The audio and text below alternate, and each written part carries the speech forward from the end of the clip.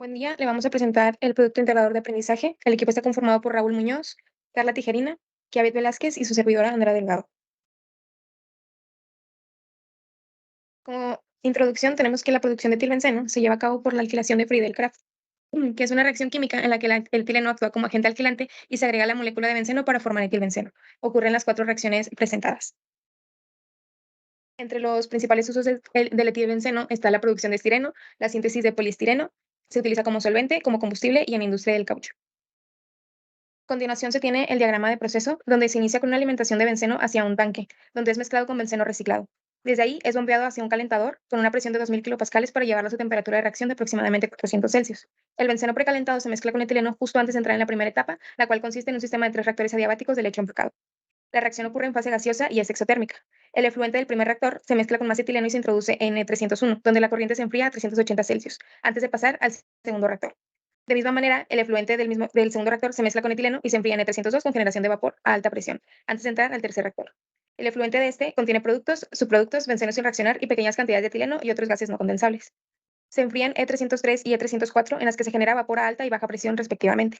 La mezcla bifásica que sale de E304 se envía a E305 donde se enfría a 80 Celsius y después pasa a un separador bifásico donde se separan los gases ligeros y debido a la alta conversión de etileno se envían a la parte superior como gas combustible para ser consumido en el calentador. A continuación, el líquido condensado se envía a la torre T301, donde el benceno sin reaccionar se separa como producto de cabeza y se devuelve a la parte delantera del proceso.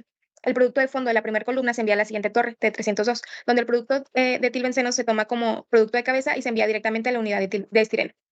El producto de fondo de la T302 se mezcla con benceno reciclado y pasa por el calentador de H301 antes de ser enviado al cuarto reactor, en el que el exceso de benceno reacciona con el dietilbenceno para producir etilbenceno y benceno sin reaccionar. El efluente de este reactor se mezcla con la corriente líquida que entra a E303. Ok, ahora continuamos con la simulación en Visual Basic. El primer equipo a simular, perdón, es el calentador H301, donde tenemos combustible de propano a una temperatura de 900 Celsius y flujos molares de benceno, tolueno y etilbenceno. Y buscamos principalmente obtener la carga térmica del calentador. Siguiente. Nuestra metodología fue primero definir nuestras variables ya establecidas, obtener nuestras fracciones molares, el flujo másico y el CP de la mezcla. Siguiente. Con estos datos podemos obtener ya la carga térmica del sistema, el flujo de combustible a la salida, el área de transferencia de calor y la velocidad en los tubos, e imprimimos las variables. Siguiente. Como análisis de sensibilidad, variamos la temperatura a la salida del calentador para obtener los flujos de combustible y de carga térmica. Estos son proporcionales a la temperatura de salida y nuestra línea azul marca nuestra condición original de 380 Celsius. Siguiente.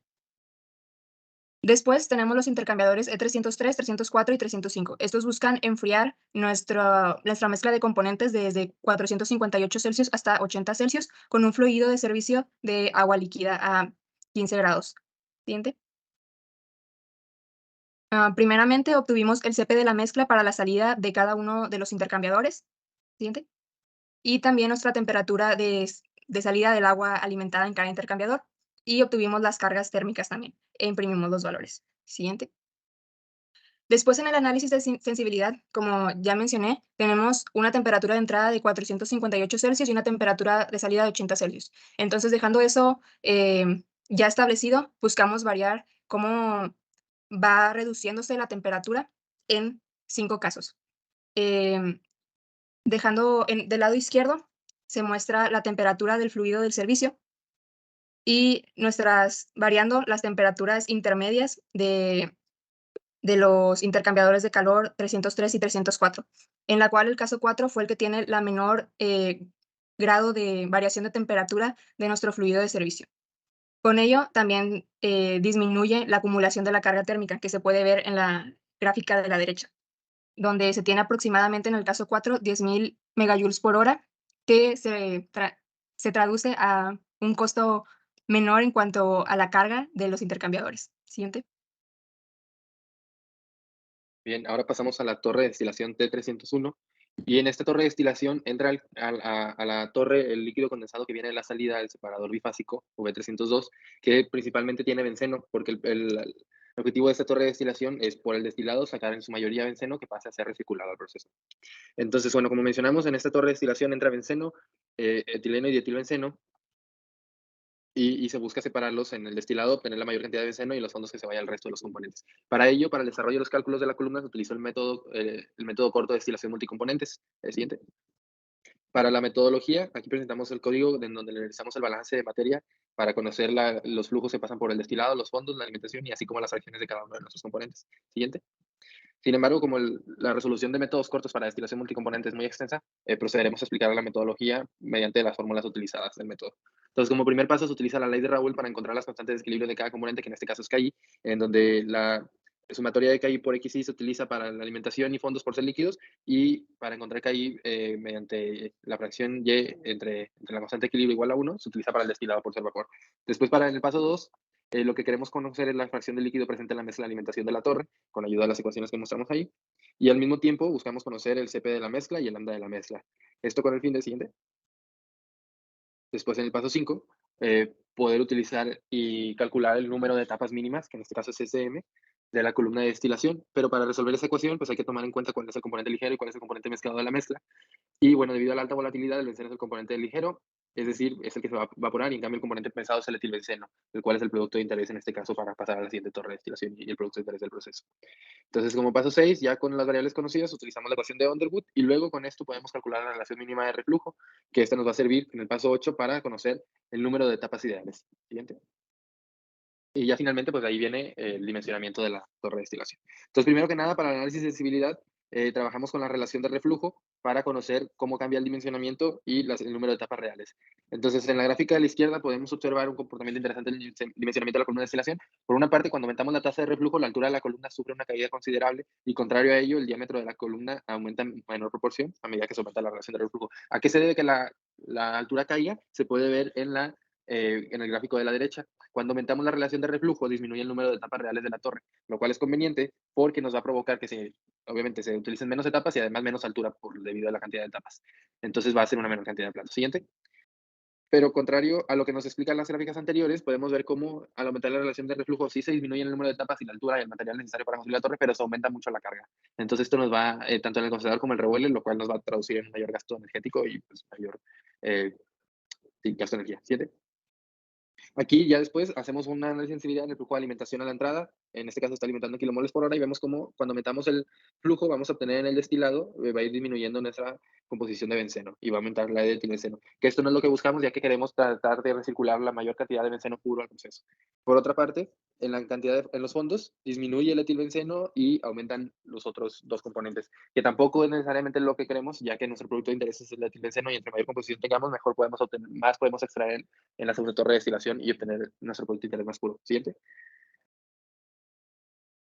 Bien, para la torre de destilación 2, como ya mencioné, pues en realidad se están alimentando los fondos de la torre de destilación 1 y tratando de obtener en la columna del destilado el mayor porcentaje de composición de etilbenceno que es nuestro producto de interés. Siguiente.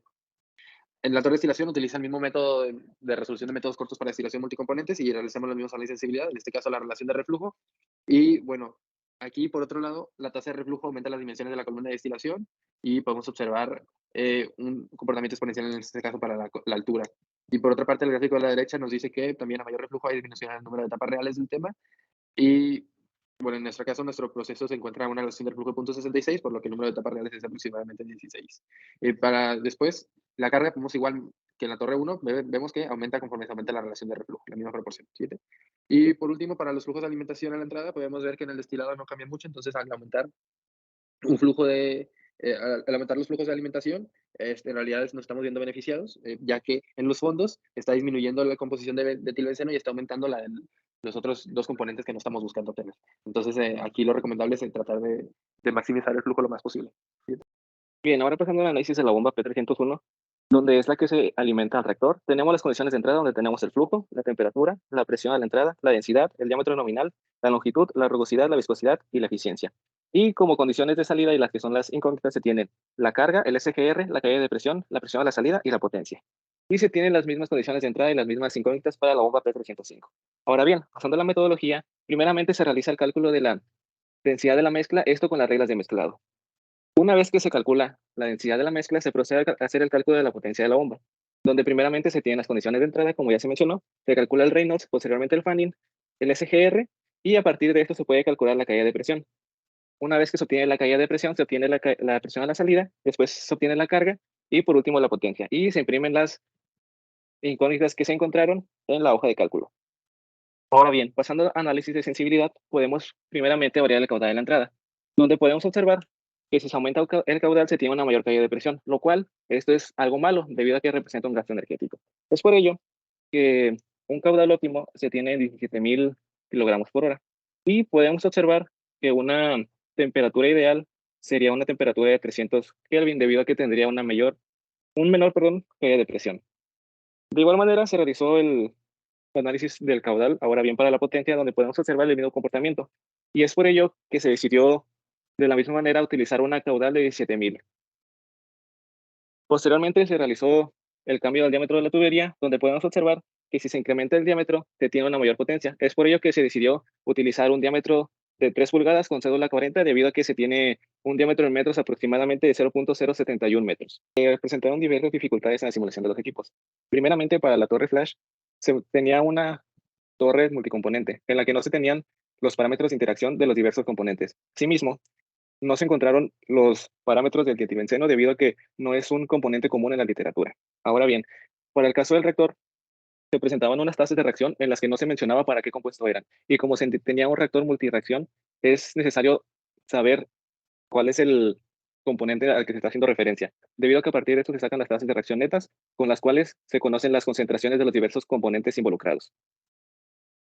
Asimismo, se presentaban algunas reacciones que no correspondían al tipo de reacción que se presentaba. En algunos casos se presentaban reacciones reversibles y las tasas cinéticas presentaban un ajuste hacia reacciones irreversibles. Pasando a las condiciones óptimas del proceso, estas se pudieron observar y además se pudieron obtener mejoras en el sistema de acuerdo a los análisis de sensibilidad mostrados, en donde se pudieron reducir los gastos energéticos, se pudieron aumentar los flujos del componente de interés, en este caso el etilbenceno. Y bueno, eso sería todo de nuestra parte. Aquí se muestran las referencias. Muchas gracias.